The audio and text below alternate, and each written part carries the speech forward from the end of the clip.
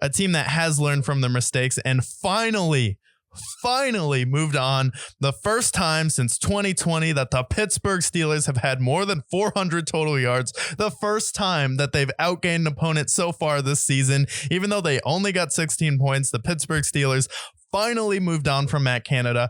Finally, after Big Ben Roethlisberger was every week on his podcast, like, I have no idea what this team is doing. And he was saying it in the nicest way possible because he probably knows Matt Canada because he's close to the Steelers organization. And you never want to call for someone's job. But when the offense looks that bad, and then as soon as the guy leaves, you get 400 total yards gain. It's the first time you actually outgain an opponent. And then Jaylen Warren looks like he was rushing better. That Najee Harris run in this game was absolutely filthy, where he's kind of in the mix, and then absolutely runs. I saw the notification pop up on my phone. It's a little bit behind on red zone, like Najee Harris run a big run. Then the play comes up and like, it looks like he gets stuffed for 5 yards, but no, he just keeps going, keeps pushing. Looks like the Steelers are inspired by Matt Canada just not being on that team. So definitely an addition by subtraction. So does this give you more hope for the Pittsburgh Steelers as a playoff team heading into the playoffs? Because they're now 7-4. They're right there with the Cleveland Browns. I believe they've leaped them so far in the standings right now because they beat them head to head this year.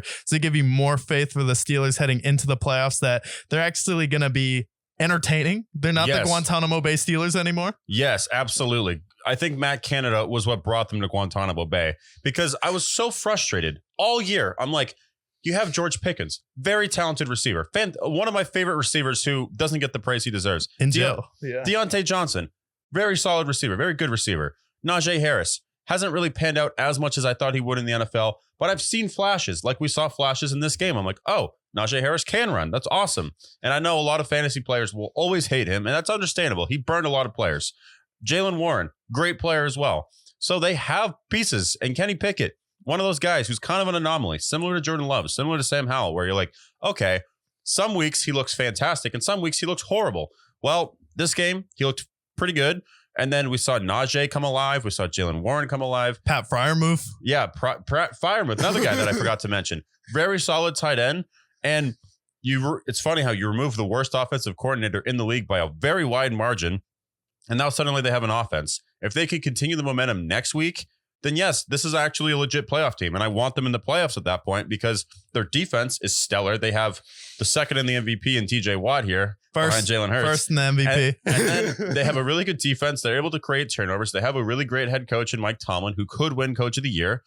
And then they have weapons. If their offense can perform like it's capable of, then they actually are a really deep threat. I think a team like the Dolphins is horrified to face the Steelers. I think a team like even someone like the Jaguars could struggle with the Ravens. The Ravens. Like they have plenty of teams that could give them a living hell. Hell, even I couldn't even say the Chiefs, dare I say, with the weapons that they have or lack thereof, they're going to give a lot of teams a lot of trouble. And I think a lot of these guys are going to be trying to avoid them because they're a tough out. They always have been. Yeah, the Steelers are always a tough out, and you have a head coach with experience. You have a head coach that's been to a Super Bowl, knows what it takes to get done, and especially Kenny Pickett. He's just a bizarre anomaly because, well, he does.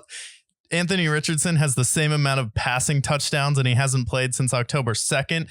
Kenny Pickett has 8 game-winning drives that he's led for the Pittsburgh Steelers so far in his career, which is one of the most in the NFL right now currently. So he has proven that under the bright lights, he can get it done. He has performed on Sunday Night Football last year versus the Baltimore Ravens. He's done it. And then it seems like when the lights are brightest, Kenny Pickett's one of those quarterbacks. He's like the anti-Kirk Cousins. When it's a 1 o'clock slate, not the best quarterback in the world, but when you see him on primetime, he does make some big plays. He can make some big throw. So I do want to see him with another offensive coordinator. The offense was a little bit more balanced. They weren't behind the chains. And I think that was the big thing for the Pittsburgh Steelers is they were always behind the chains. It was always 2nd and 11. It was always 3rd and long. In this game, it was a lot more balanced. The run to pass ratio was pretty balanced.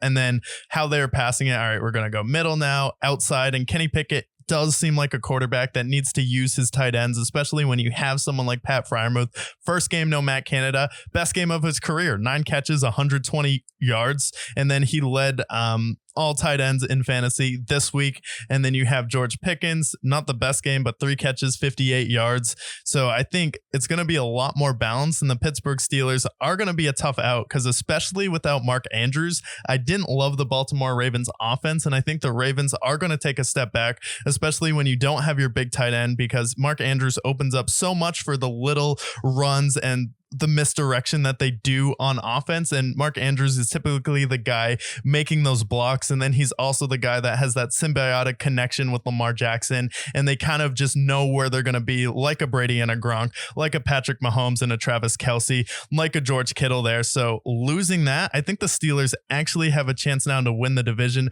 We picked them to go 11-6. Looks like that record is probably going to pan out at this point. Then you get the Ravens again. And they already beat the Ravens once this year. So that's going to be a huge matchup upcoming here.